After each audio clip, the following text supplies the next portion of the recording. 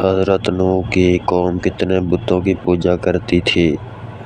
صرف ایک بت کی، 2 بتوں کی، 4 بتوں کی یا 5 بتوں کی؟ ویڈیو اچھی لگے تو چینل کو لازمی سبسکرائب کریں۔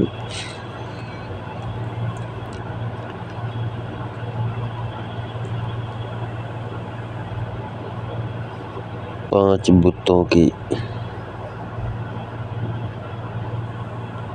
کس صحابی نے سب سے پہلے مسجدوں میں پردے لٹکوائے تھے؟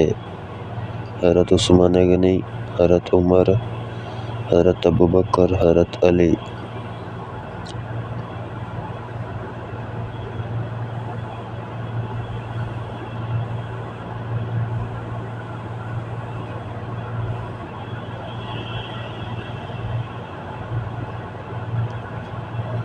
حضرت عثمان غنی رضی اللہ تعالیٰ عنہ۔ اللہ کے کس نبی کو ابو البشر کہا جاتا ہے؟ حضرت نوح، حضرت ابراہیم، حضرت ایوب، حضرت آدم۔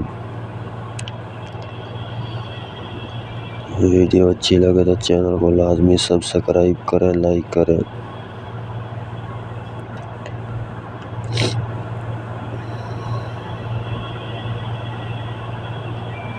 حضرت آدم علیہ السلام۔